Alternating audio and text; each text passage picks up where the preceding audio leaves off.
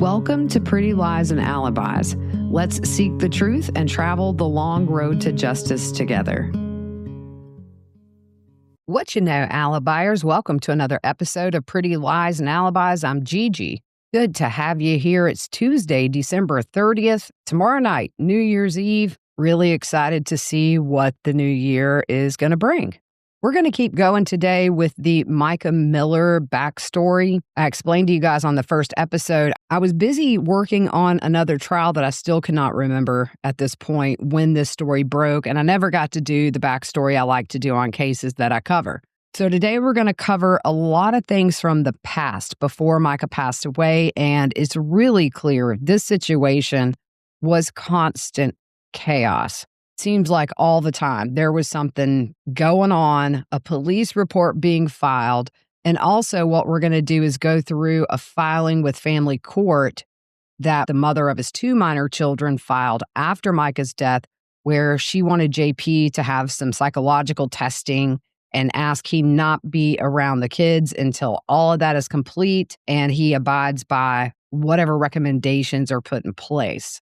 But just recently, on the 23rd, JP filed a motion for a continuance in a civil case with a former church member. That hearing was set to take place on January 7th, which is the same day he has a hearing for the federal charges. I'm pretty sure that will get continued given the severity of federal charges versus being involved in a lawsuit with one of your former church members. Praise Jesus. I looked at the original divorce filing from February of 2023. That one ended up being tossed out. The grounds that Mica cited was adultery. It says they were married November 7th, 2017, and Mica is informed and believes JP has and is currently engaging in acts of adultery with women whose names are well known to JP. Also, Mica has not condoned the adultery. Mica left the marital home due to JP's philandering and his growing hostility to Mica. JP has threatened to throw Mica's belongings into the yard. He's locked her out of her own home and defamed and demeaned Mica before a congregation of people. It also says, based upon JP's lifestyle and choices, she's been forced to hire an attorney for this, and given JP's marital fault, as well as his superior financial resources and other factors, they asked for JP to reimburse Mica for her attorney fees and court costs. Looking at the financials, JP's gross monthly income was listed as $7,000, and after taxes, he netted $6,600. He had total monthly expenses of $4,588. He was paying child support to his ex in the amount of $1,688 a month, and then $100 a month for the children's incidentals. It said he had $3,000 in checking, and the home value was $250,000. Mica's financial declaration had her making $1,760 a month.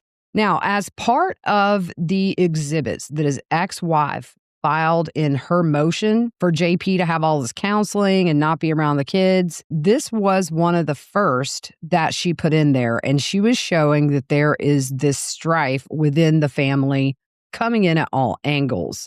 On January 8th, 2024, JP sends his ex-wife a link to an article about his adult son from his very first relationship. His name is Logan Hardy. He was 27 at the time. And Mica had told law enforcement several times leading up to her death that Logan was following her around town. The title of this article is Conway Man Accused of Hitting Woman Over the Head with Glass Bottle. That's right, JP's oldest son arrested for domestic violence. The article said he was charged with first-degree domestic violence on January 7th, 2024 for an incident that took place around 2:30 a.m. When officers arrived, they saw a victim slumped against the wall and going in and out of consciousness. The victim had small lacerations on her right hand and said she had pain in her head and her left shoulder. The victim said she and Hardy argued as he began to break items that belonged to her. He allegedly pushed the victim down and grabbed her cell phone as she was attempting to call for help. He's accused of hitting the victim on the back of the head with a glass bottle and then fleeing the home. EMS was called due to the victim's condition, and she was transported to the hospital for treatment. Police eventually contacted Hardy by phone, and he agreed to turn himself in at a Subway restaurant. He told police the victim shredded his personal documents, and he broke the victim's computer. He was released from custody on a $1,000 bond, and I looked, and that case is still pending according to the court website. The last activity on that case was in August of last year that said arraignment findings, and I couldn't find any documents about anything that's been happening in court, but I'll keep looking. So his son having his own fair share of domestic violence with who I assume to be his wife. I did some digging, and there are social media accounts for him with photos of him and his wife, and they also have 2 very small kids. So JP and Mica are calling police on what looks like a regular basis, with Mica calling when she found the tracker on her car. Also, when a tracker was found on her roommate's car, JP called Myrtle Beach police saying Mica stole money from a charity through Solid Rock called Dare to Care. Eventually, the judge ruled that was a civil matter and not criminal. February 21st of 2024, Mica reported they're separated and says she was involuntarily hospitalized fraudulently by JP on February 8th. And also, she left her car in the parking lot of a Walmart neighborhood marketplace. When she was discharged from the hospital, she went to get her car, and it was gone. In the filing, she says JP stole it while she was in the hospital. March 11th, 2024, Mica filed a restraining order against JP in the Surfside Beach Magistrate Court for harassment and stalking. She lists examples of the harassment and the stalking. On March 3rd, Mica was at Wicked Tuna with family for an oyster roast, and JP texted her, "Enjoy your oysters," and asked how the church she visited that morning was. Another incident, March 5th, 7 a.m., the location was listed as County Clerk Conway. It says, harassed me before my redacted with multiple emails, calls, texts, and letters. Put a thick razor in passenger side tire, resulting in a new tire. March 11th, 1 a.m., Spring-Made Pier parking garage. 3 more razors in my car tires and keyed the back, and that's also when she found the tracker. She says, he accuses me of having an affair with a teenager. On April 8th, 2024, Mica filed a report with the Myrtle Beach Police Department saying that JP had put a nude photo of her online. The report says there's a picture of Mica posted on Facebook by her ex-husband, who has her phone and access to her Facebook. The photo was on a page that was titled Big Boobs and Nice Curves, and he tagged her old Facebook account with that picture. Mica said he is the only person she sent that photo to, and that photo was sent to JP about 6 months prior. In the end, they said the breasts are blurred out and it doesn't meet the South Carolina Code of Law for nudity, and it was posted anonymously, so there's no way to prove JP was the one who posted it. However, he did admit this to Mica later, but it's messed up. And how horrible that it didn't constitute a crime, because that is a crime in my book. But we're in South Carolina. We've got some things that don't make sense here law-wise. March 27th, 2024, JP calls police to report Mica is harassing him online and by text. JP refers to a post Mica made about abuse. In the report by police, it said there was no naming and no proof of intent or harassment. Also, JP had no text messages from Mica to show officers. He was advised to not look at her social media if it upset him. JP mentions defamation of character, but he was told that was not a criminal matter, and there was no evidence showing Mica named him. JP told police he was a pastor and worried about his reputation. They told him to call back if he's actually being harassed. I looked at the Horry County Court filings page, and JP had over 30 traffic tickets starting in 2009. Eventually, he has his license taken away. In June of 1999, so we're going way back, he was charged with assault and battery of a high and aggravated nature, and he pleaded guilty. He got 3 years of probation and community service. He was also charged with driving under a suspended license. In August of 2000, there was a breach of trust with fraudulent intent, and he was guilty by bench trial. In October of 2021, JP asked to be pardoned from those two charges of the earlier assault and battery and driving under suspension. He said, "I'm seeking a pardon to restore my civil liberties in the community that I serve daily. As a husband, father, and pastor, the right and ability to protect my wife and children, as well as my congregation, is imperative." And it looks like, at least for the assault and battery, he was pardoned for that. I could not find the one about driving under a suspended license. So let's go back in time and look at some of the problems in the marriage well before this case went public, and we're going to start in 2022. On November 17th, Mica was at her sister's residence. Her name is Sierra, and she lives in Gaffney, which is here in the upstate of South Carolina. Now, the drive would be over 4 hours from Myrtle Beach to Gaffney. Sierra called the police twice to say JP was threatening to come get Mica from her house. The report said he was coming from Myrtle Beach and said he was armed and ready to get her back. On the second call, she tells police JP would be in a burgundy Dodge truck and said Mica is in her house along with Sierra's husband and 6-year-old son. According to her, JP said he hadn't left Myrtle Beach but is down the road. She reports JP has bought several firearms in the last few days, and she says JP said to drive down the street or there will be hell to pay. Now, after Mica's death, there were protests at Solid Rock Baptist Church, and JP had an altercation with Jesus. Really, Jay the Jesus is a guy who dressed up like Jesus while out protesting. JP was leaving a service when people were positioned at the exit of the parking lot, and they were shouting justice for Mica, and they were telling him to walk away as he left. Protesters there said it looked like he pointed his truck at a woman and revved the engine, and when he took off, he nearly hit her and hit the curb so hard, he left tire marks not far from where the woman was standing. Now, he did end up returning to the church. He started going over to the police officer who was in his car, and Jay the Jesus was already headed that way, and they kind of ended up close together. So JP elbow checks Jay the Jesus and then pushes him. Can you guys imagine seeing a pastor having it out with somebody dressed like Jesus? Y'all, I wish there was video of JP getting into it with a guy dressed like Jesus. The police report of the incident says JP was trying to actually repel Jay the Jesus and not hurt him. So no harm, no foul, according to police. The same day, his alleged paramour at the time, who is now his wife, and we're going to get into that, her name is Susie Skinner, made her own report claiming she was being harassed for about 9 to 10 seconds while in her car and leaving the church. She said the comments directed towards her instilled fear in her. JP's first wife of 16 years and the mother of his kids filed that complaint in family court, saying there was the possibility of imminent danger or harm to their 2 minor children. She asked that JP and JP's father have no contact with the kids. This was after Mica passed away. So let's read the filing.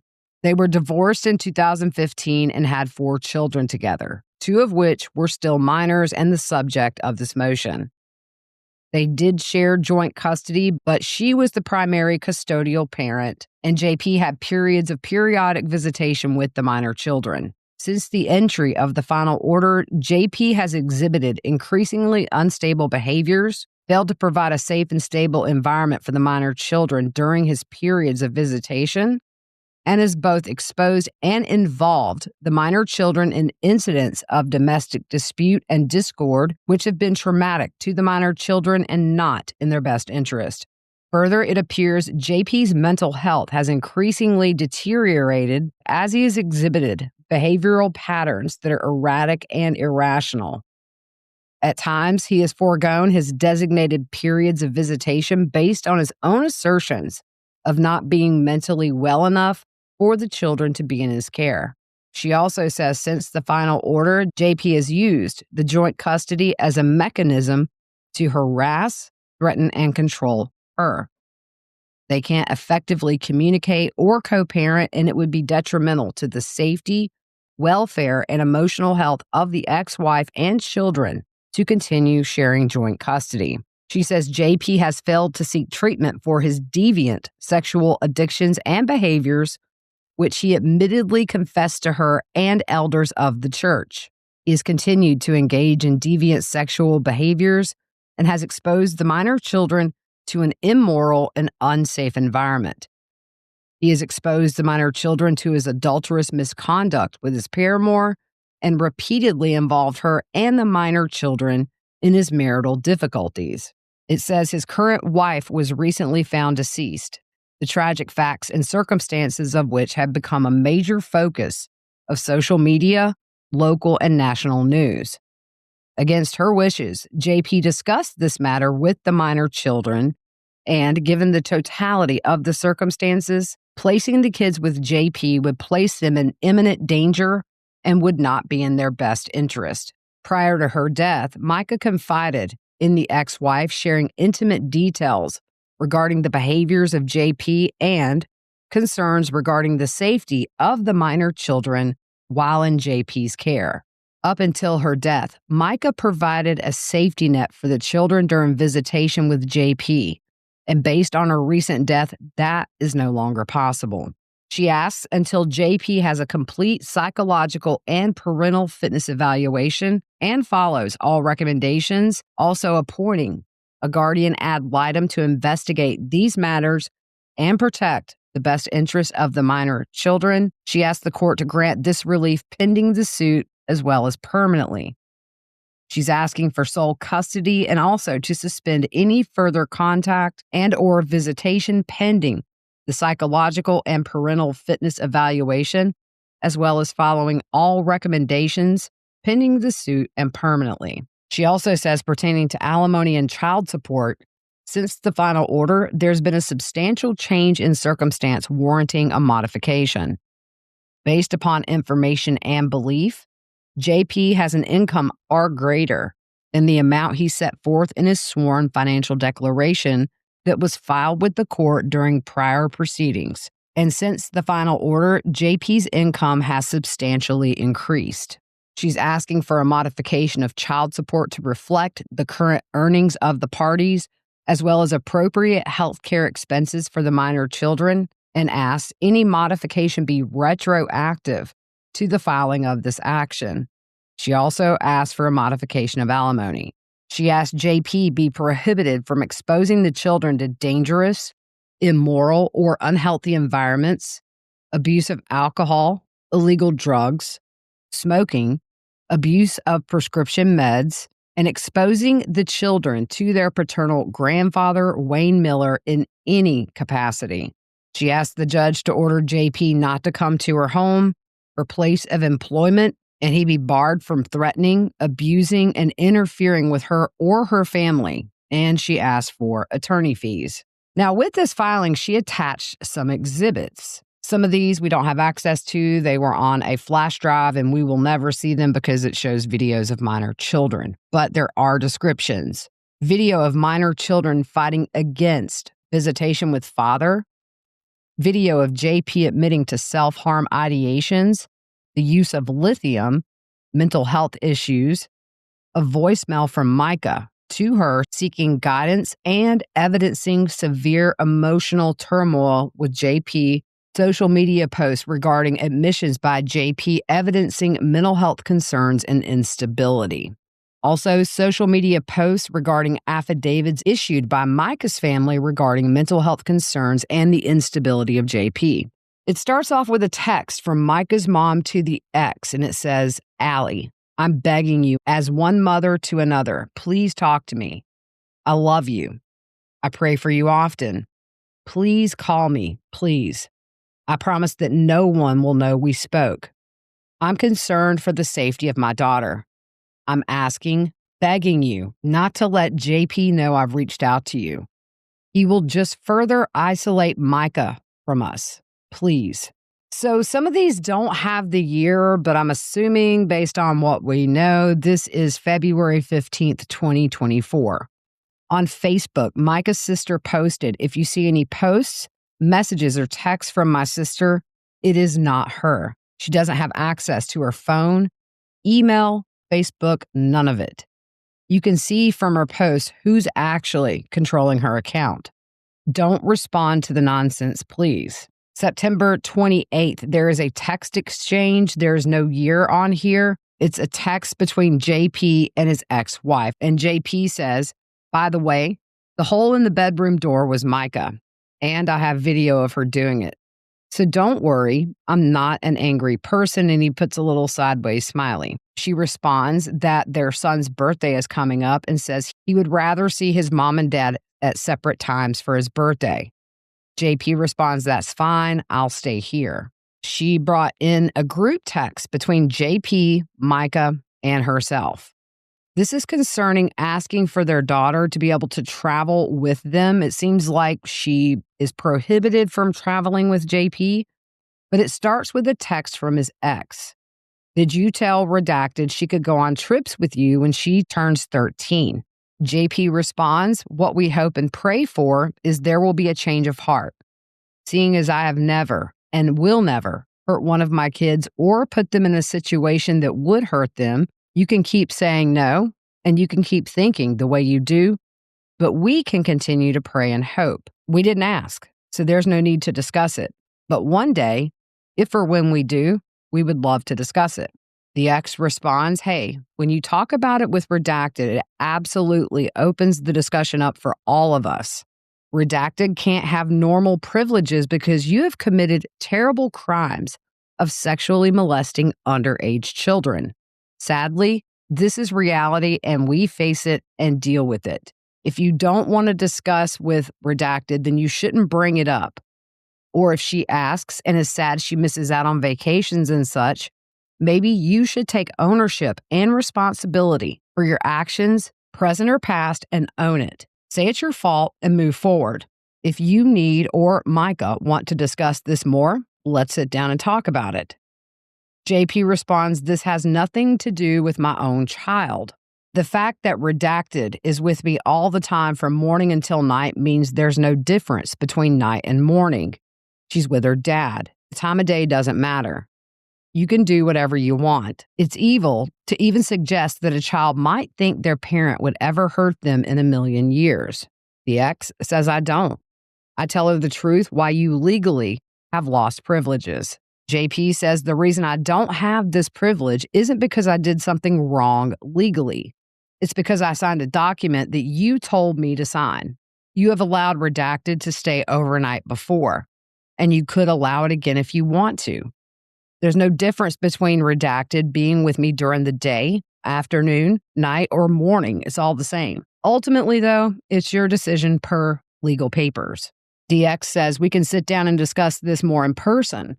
I can show why legal papers were signed. It was to avoid presenting affidavits from the minors you've molested. And JP says, okay, thank you. Mica says, put simply, Redacted started choosing where he wanted to go at 13, so we assumed she would have that choice as well. Didn't think the gender was the issue since we get Redacted on a regular basis with no fear of anything happening to her. Didn't mean to make a big fuss and bring up 20-year-old issues. The ex says, who says there's no fear? This is not a 20-year-old issue. Do you think those victims of his would say it's a 20-year-old issue? Also, JP still displays continued poor character and puts our children in harmful situations. Paying Redacted to take me to lunch to ask me if he leaves you in the church, would I ever remarry him and being unfaithful to you? And putting my child up to be a middleman is a horrible situation to put my child in.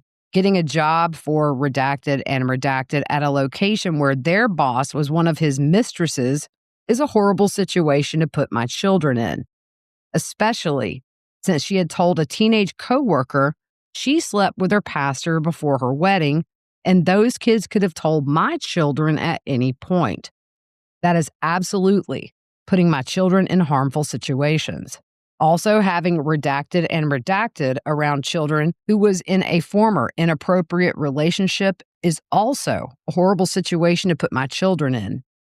It is selfish and harmful and has no consideration for how it could affect my children and all they have already been put through by him, and honestly, you too. He has shown his interest and scheme at hand are more important by doing those things.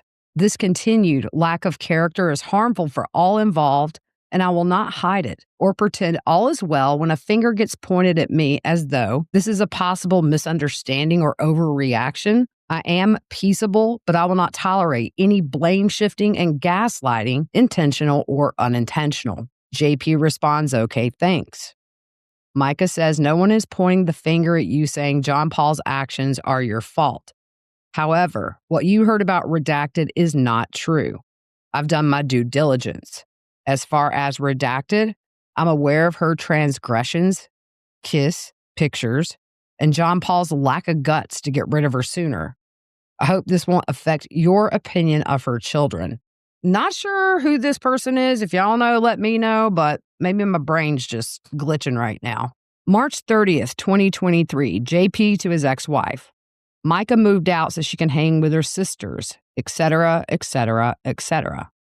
We are legally separated with an agreement very similar to the one you had drawn up for us minus the kid stuff. Thanks. Peace. The ex did not respond. March 31st, 2023, JP to his ex. Mica is returning to Myrtle Beach. Not sure about the future, but for now, I'll be helping her to get healthy and independent, and the ex didn't respond. The same day, tell me what I need to do for the kids today. I'm off and I have nothing to do, so let me know whatever is needed. The next text, JP asks, are the kids okay? And she responds and asks why. JP says, you were going to talk to them, and I was wondering about Roblox. If you don't know, that's a game you can play online on consoles. His ex responds, talk to them, yes. It's really sorry and sad, the situation you put our kids in. Hope one day you'll choose better for their sakes, if not yours. April 3rd, 2023. So this is the same month Mica passes away. JP to the ex. Did you tell Redacted and Redacted anything about me and Mica?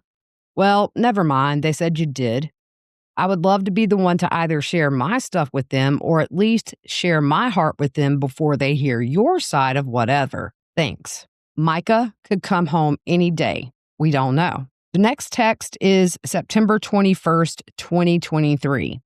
Mica is officially gone from this house and Solid Rock forever, and the divorce agreement is in effect. Please just keep this between us right now. It's very hard on me, and I don't want added stress. I'm just telling you because it's you. The next day, she responds, okay.